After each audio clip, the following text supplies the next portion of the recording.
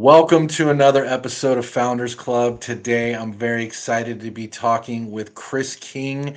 He is the founder of the Get Unstuck Program and the author of Renegotiate Your Existence, Unlocking Your Impossible Life. He's got a really amazing story about coming up, facing a lot of overcoming a lot of hardships and breaking through a lot of barriers. And really excited to have him on today. While you're here, make sure you check out the links in the description below. And as always, if you like money and you like real estate, hit that subscribe button because this is the show for you. Chris, welcome to Founders Club. Thanks for having me. Good to be here. Yeah, man. So I wanted to just start by kind of talking about your, let's call it unique approach to success and having breakthroughs in your business. But why don't we just start with kind of your approach and how you came up with that?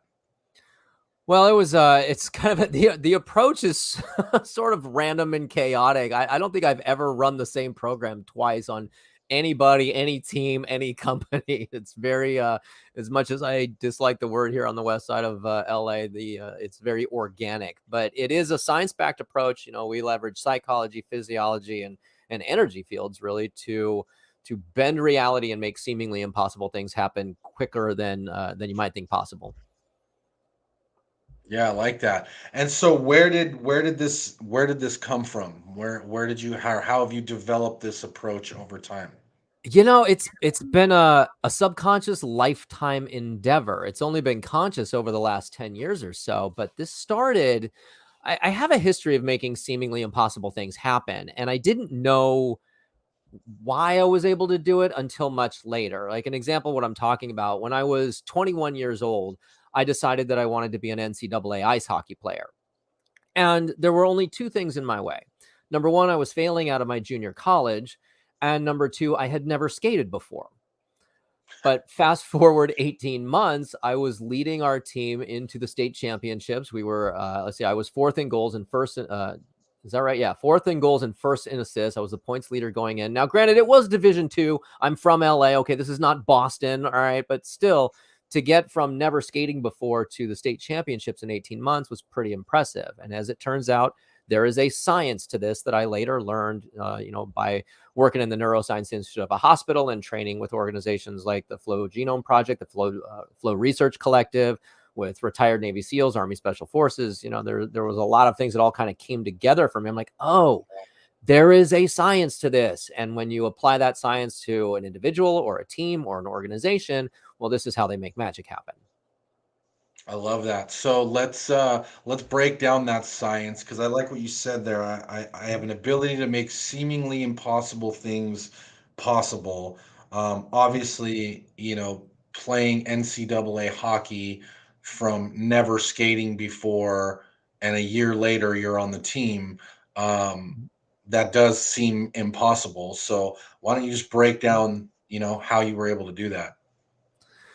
Well, as I look back on it now, and the same was true when I went after my radio career, it was like at the time, you're never going to get on the air. That's never going to happen. Well, I made that happen, right? So what I learned is that there's now what I refer to as this kind of triangulation.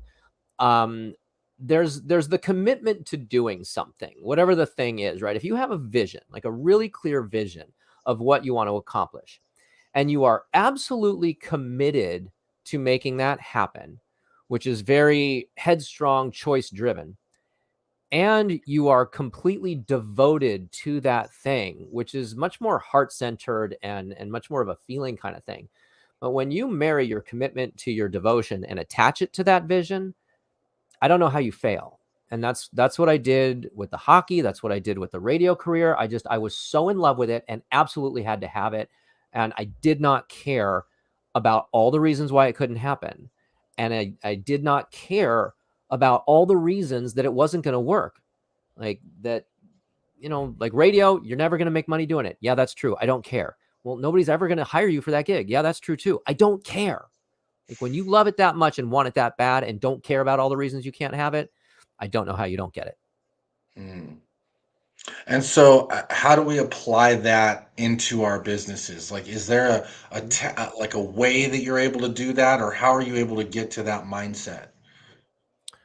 Well, start with the heart, right? I mean, it's funny because my whole organization, my whole career is steeped in neuroscience, but I'll take heart over brains any day. So it starts with the heart. Like, what are you doing this for? What makes this important to you? How does it feel to achieve that, to be in that experience? What does that do for you? Like really getting connected to that vision and what it is that's mobilizing you in that direction. I think that's the first step. Mm. And is that in practical terms? And I don't want to simplify this, so I'm more just asking, is this like goal setting, putting out kind of a vision and a mission statement type thing? Like how are we looking at this? Like once you've identified the thing, Mhm. what's the next steps? Well, if you want to do it quickly, the next step is to strip away all the things that aren't that. This is there's a book, 10x is easier than 2x, and they talk about this, and it's very Statue of David. If you're familiar with the story, the when Michelangelo was done with the Statue of David, they asked him, "How did you create David?" And Michelangelo said, "I didn't create David. David was already in there. I just had to remove the stuff that wasn't David." Right. And so your life, your goals, whatever you're trying to achieve is the same way. If you get a very clear picture of what this is, what it looks like, what it feels like, and you start stripping away everything that isn't that. I like that. I like that. That's a good way to look at kind of eliminating distractions, Mhm. removing people that are naysayers, and kind of aligning your focus. I know you also were able to start a successful business from basically the trunk of your car. So why don't you tell us a little bit about that story and how you were able to do that? Yeah, that's one of those things where I don't know that it was the right decision, the smart decision. It's the one that I made because it was a decision. I wasn't like forced into homelessness. I sort of elected to do it. I got fired from the my last job, and I ended up back in tech. I was working at a tech company, got fired from that gig, and I was living with a girlfriend at the time who quickly broke up with me. And so between breaking up with the girlfriend and losing my job, I didn't have an apartment anymore. I didn't have any place, and I didn't have any place to go, and I didn't have any money coming in. And so it was like, well, and there was an opportunity. There was a commercial real estate broker that offered me a job. He had mentioned before that he wanted me to come work for him, and so I called him and I explored getting into commercial real estate. And as much as I thought it was cool, I thought there's something not quite right here. And so it's like, well, practically, I need a job. It's like, yeah, but I also know how my human system works. If I don't have enough heat, I'm not going to really mobilize. And being broke and not having an apartment is pretty hot in terms of mobilization. So that's what other people that might be too much stress. And I was fortunate in that I was the only one that was going to starve, as if I failed. I didn't have kids or anything. And there were days that I didn't eat. Look, it was not fun. It was not easy. I had to push through a lot of shame. The days that I didn't eat were difficult. I only had to spend a couple nights in my car because my friends were kind enough to find me a couch or something, and so that was good. But it Wow. was it was one of those things. If I was willing to do anything to make this happen. Yeah. No, that's a wild story. And what was that business? Well, that's the business that exists today. It started off with one-on-one coaching and consulting. And I'll tell you, my first real client, he was this VP at an international wealth management organization, and I got referred into him because he had some friction in his team. And it's like, how do we get this team working better, more effective, regardless of what the economy is doing and everything. And I'm sitting across from him, and he's making more money by the minute that I'm going to see in a month or more, right? And so, and all I could think was, please don't let this man follow me out to the parking lot, because he's going to see my beat ass car with the windshield wipers held on by zip ties, and the side view mirror held on with duct tape, and the broken tail light. I'm just like, oh God, please don't let him come out with me. Well, he didn't.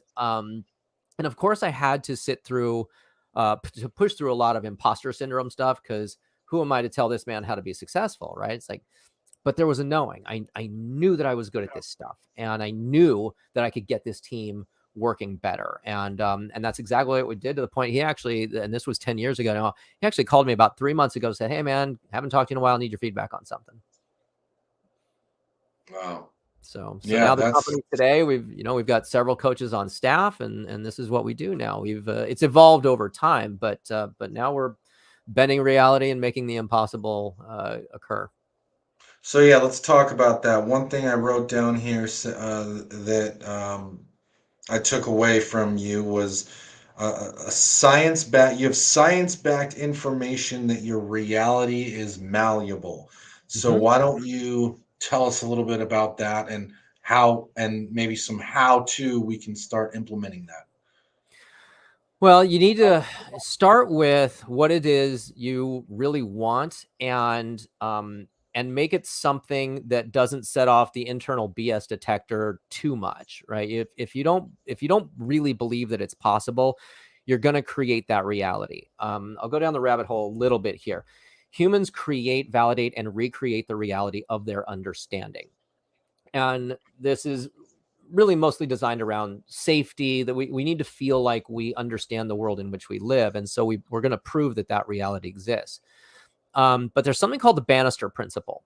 And this is, if you're familiar with the story, it's the 4 Minute Mile guy. Roger Bannister in 1954 was the first man to ever run a mile in under 4 minutes.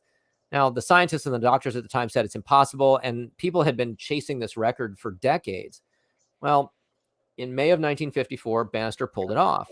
After decades of tons of people trying this, his record lasted 46 days, because the second Bannister crossed the finish line, it became possible in the collective consciousness. And so while people say seeing is believing, that's not really true.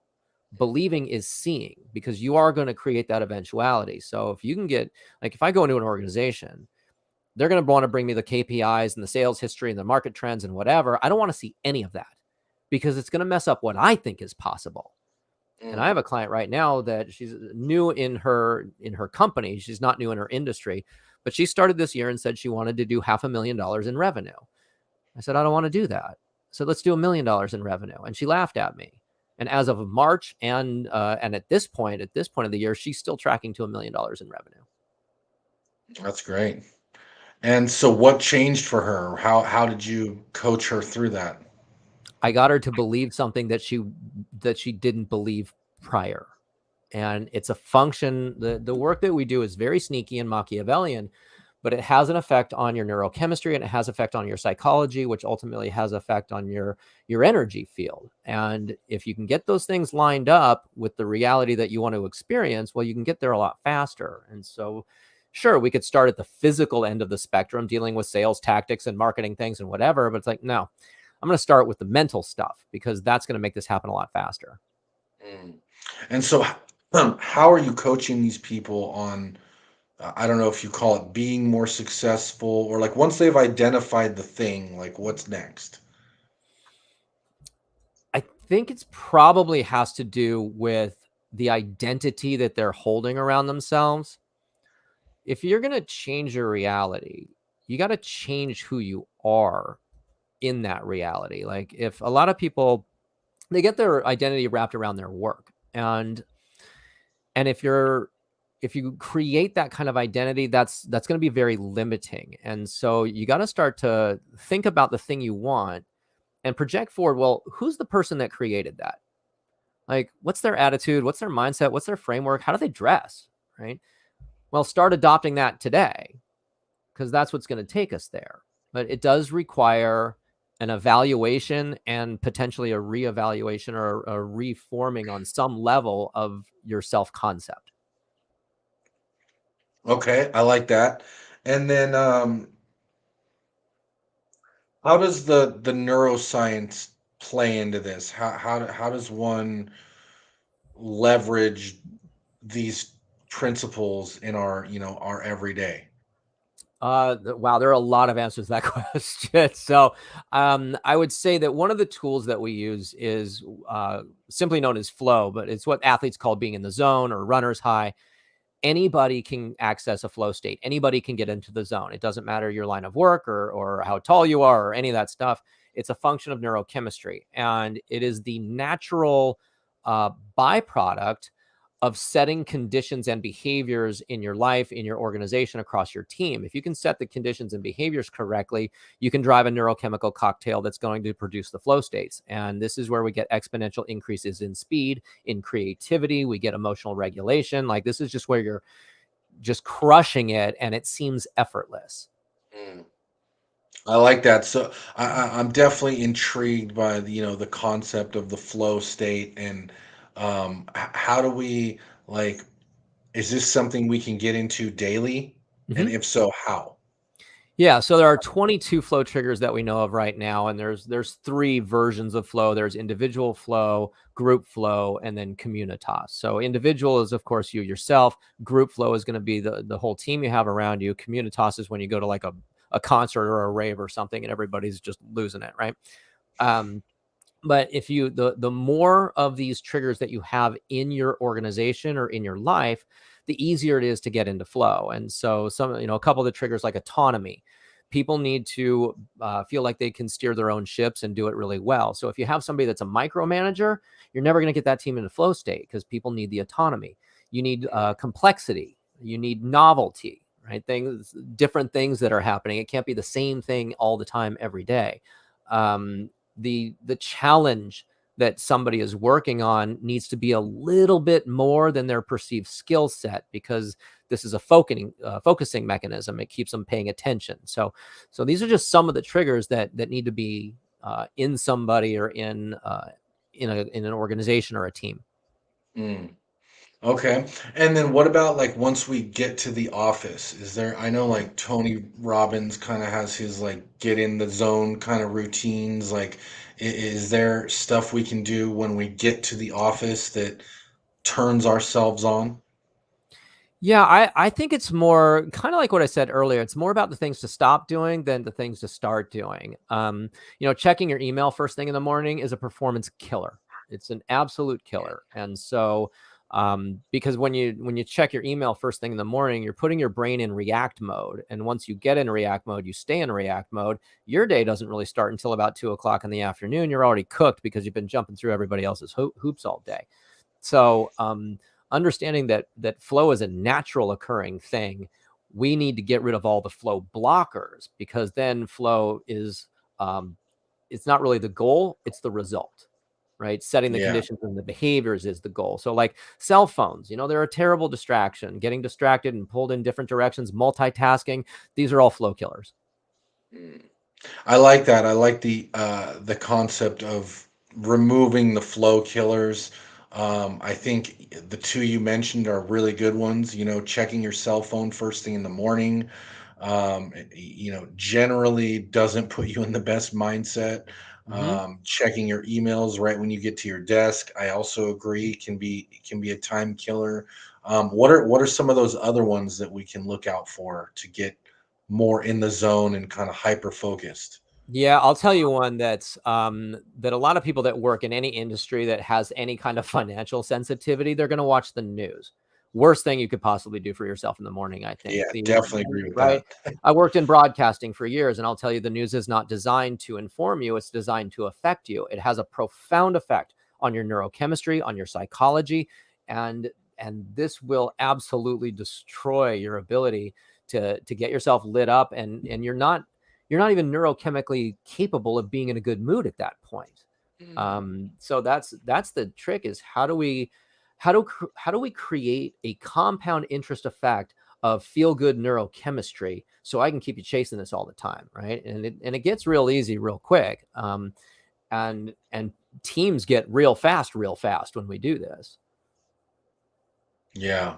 Yeah. Anything else on that note of just removing flow killers? Well, I think there are a lot of ways to do this. Gay Hendricks wrote a book called The Big Leap, and he talks about the three zones. And if you imagine a pyramid, If you bisect it in half, the lower half of that pyramid is what he calls your zone of competence. These are the things you can do, how, whatever, but it doesn't light you up. It's not fun, whatever. The And that next was stage zone of competence or is confidence? competence, that which you Competence. can do. You are capable of doing this. Now, the Okay. next 40 to 45% of that pyramid is going to be your zone of excellence. These are the things you're really good at. It's your jam. You like it. That top 5 to 10%, this is your zone of brilliance. This is like flow state, channeling awesomeness, right? If you can stay in your zone of excellence and in your zone of brilliance most of the time in your work and get out of your zone of competence, you're going to have a much better time, because your zone of competence is dragging. It's not fun, right? I look at this through a similar concept. I look at through the lens of heavier than air aircraft. In order for planes to fly, you need to balance 4 forces: weight, thrust, lift, and drag. Now, on an aircraft, the weight is everything the aircraft is carrying plus the aircraft itself. The thrust is provided by the engines. That's what pushes it forward. The wings provide the lift. This picks it up. And anything that slows it down is drag. So like when the aircraft takes off, the wheels get tucked up into the belly because it lowers the drag. Well, your business, your life is just like this. Everything in your world is one of or a combination of those 4 forces. So if you have your passion projects, your recreational activities, these are your lift. They're the things that elevate you. If you have your sales goals and your targets and things you want to achieve, that's your thrust, just driving you forward. Your passion projects, the drag is anything that slows you down, anything that detracts from what's picking you up, what's pushing you forward, or something you've chosen to carry. I neglected to mention the weight. Like you have a mortgage, right? You've decided to take this with you on your journey. You have car payments or whatever. These are going to be weight. Kids, all of the above, right? You got kids that are going to be, and they're going to bounce from thing to thing, minute to minute, right? So when you lessen the amount of drag in your world, your business, your life, your plane flies a lot higher, a lot faster. I like that. So I you got like to get that. rid That's of a the simple drag. way You to got to, look at it. yeah, filter out the drag. Stay in your zone of, stay out of your zone of competence, right? Delegate this stuff, defer it, delete it, get it off your radar. Yeah, I like that. And I like trying to operate in your zone of brilliance Mm-hmm. and making that kind of a goal. Um, what about so we're all, most of us are in real estate, and Mm-hmm. what tips do you have for us in terms of maybe the sales side or the Mm-hmm. any side you want to touch on there? Yeah, we've been actually getting a lot of calls from real estate because of the way the market's been, and it's been tight and teams are contracted. And so the first thing is that you have to get out of that contraction, right? We're trying to succeed here. We're not just trying to survive. We're trying to thrive and grow and kick ass. So you can't do that from this contracted space. Contraction is survival, right? That's diametrically opposed to expansion, thriving, right? So we have to get into a mindset of growth orientation and expansion, and we can't do that from a contracted tight place. And so the trick with real estate that we've really harped on lately, because most of the look, you don't need me to teach you how to do real estate. Okay. The realtors know their business. They don't need another real estate sales coach or something like they know their stuff. But the framework and the energy of the contraction or expansion is where they need to start moving out of and into. So if you, there's a quote, I wish I remember the source, that says, if you advocate for your limitations, you get to keep them. So if you Mm, say, well, we can't do this and we can't do this and that doesn't work and this doesn't work, all you're doing is contracting, contracting, contracting. You're having a profound effect on your neurochemistry, and you are shutting down the parts of your brain we need open. mm. So, and we have a whole suite of tools that are designed to flip the switch on this, to drive the neurochemistry in the correct direction and open the parts of the brain that were previously shut, so that we can come up with creative solutions on how we're going to make cool things happen. Nice. I like that. And then anything else on just day to day how we are should be thinking about implementing these things? You don't, there's a lot of stuff you can do. And I would say you don't have to do a lot of stuff. You have to do very few things consistently. Consistency is going to be everything. So, like with the tools we offer, I mean, I might hand say, here's 10 different tools that you can use. It's like, look, grab one and do it daily. Um, I've the bet that I've made, and this is where it gets a little woo, I guess, but I've made this bet more times than I can count, and I've never lost it. I said, I tell you what, you give me 4 minutes of meditation 5 days a week for the next 30 days, I'll change your life. And I've never lost that bet. What was that? 4 days of You meditation? give me 4 minutes, four Four minutes of minutes. meditation every day, 5 days a week. You can have the weekends off if you want, but you give me 4 minutes a day for 30 days, I'll change your life. Okay, let's talk about that. How do we, so is this sitting in the morning, Mhm. knees crossed on the floor? Like, Well, you don't what have are to we sit talking full about here? lotus or anything, right? But it's a silent meditation. Meditation is training in awareness. Okay, meditation. People think it's quieting your mind. You're not going to quiet your mind. That's not the way the human mind works. Okay, it's a very noisy place. So meditation isn't about quieting the mind. It's about becoming aware of the noise without Mm, engaging in it. So I like analogies, as you probably figured out by now. So the analogy that I've come up with is meditation is like sitting on the side of a river or a lake, and you're sort of got this lazy gaze across to the other side, not really looking at anything, just this lazy gaze. And these boats start floating by, and they're different sizes, shapes, colors, whatever, one or two at a time, maybe more. And they're going this way, they're going that way. They come into your field of view, across, and then out your field the other side. Well, you're noticing these boats. You're never getting on the boat. Well, that's exactly what meditation is. Each boat is a thought, right? Oh, I noticed that I'm thinking about my cat that's over there on the futon. I can see out my peripheral vision all of a sudden. Okay, I was not aware of that at all until this moment. Okay, now I let that go. Now I'm thinking about the ring light that's shining in my face here. Okay, great, let that go. And invariably you're going to get on the boat. It's just the way the brain works, right? So I might think, oh, okay, well, I noticed that I'm thinking about that client. It's like, oh, and I got to send that contract. Oh, and I got to update this thing on that. I got to make sure we get this information over to them. Okay, so now I got on the boat. Cool. I noticed that I'm on the boat. Come back to the shore, let the boat go, and just repeat, repeat, repeat. Do this for four mm. minutes every day. It will change. It has a profound effect on your brain, physiologically, psychologically. It has an effect on your nervous system. Like, getting what you want is a function of getting your psychology, your physiology, and your energy all working for you instead of against you. Mm. I'm very intrigued by this. So this isn't like visualizing or anything like that. You're talking about straight just being still and letting your mind be still. And Mm-hmm. if you get on a boat, get right back off the boat again and just be. Mm-hmm. Yeah, yeah. Now, don't get me wrong. Visualization is one of the most powerful things you can do. I mean, it's a brilliant tool. But The is this reason part that it of works. that or are those two different things in your mind? Different things. I mean, I recommend people, especially people that are very goal oriented, A type driven. The hardest thing they have to do is slow down. I train with retired Navy SEALs and Army Special Forces guys, and they have this great phrase. They say, "Slow is smooth, and smooth is fast." And I like Mm, that. When I'm doing something, if I'm trying to navigate like stairs or something like that, well, if I do it really quickly, I might stumble or something. But if I could do it slower and pay attention to what I'm doing, I'm going to get there, potentially a lot faster until I have a certain level of mastery. Now, stairs, I'm pretty good with most of the time.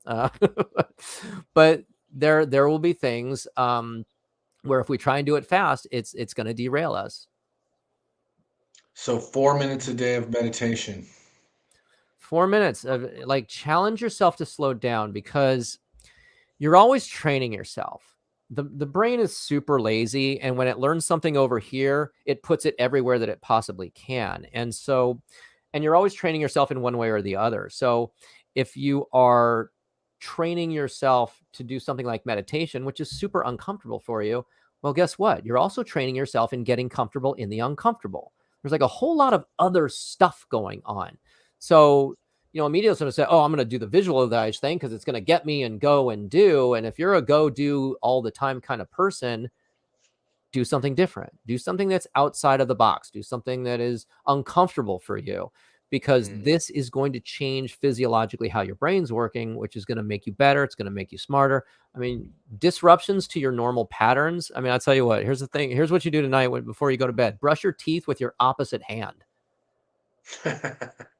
Seriously, do No, that for 30 days. Watch what happens. You're going to notice a profound difference in your morning just because your focused attention, whereas it's very automated with my right hand. I do it with my left. I'm going to be like, it's going to change things. that's very interesting. I'll definitely have to give that a try, along with the 4 minutes of meditation every day. 4 minutes of meditation. Notice, like, just kind of take a retrocast your last month and notice how you felt and whatever. And then at the end of 30 days, what's different? I guarantee you, There you'll you see go. differences. Very cool. Well, Chris, I really appreciate you coming on. For those that want to connect with you, how can they find you? How can they learn more? Yeah, thank you so much, and great to be here and allowing me to share this stuff that I love so much, and that's just had such a profound effect on my life. I don't know where I'd be without it. So, chrismking.com/founders clubs, just for your listeners. So we appreciate that. Set that up, Awesome. and everything that you need is right there to get engaged and maybe get some tools. Anything we can do to support you, we're happy to do it. Love that. Thank you again for coming on. As always, everybody, if you like money and you like real estate, this is the show for you. Chris, thanks a lot for coming on, and we'll see you all on the next one.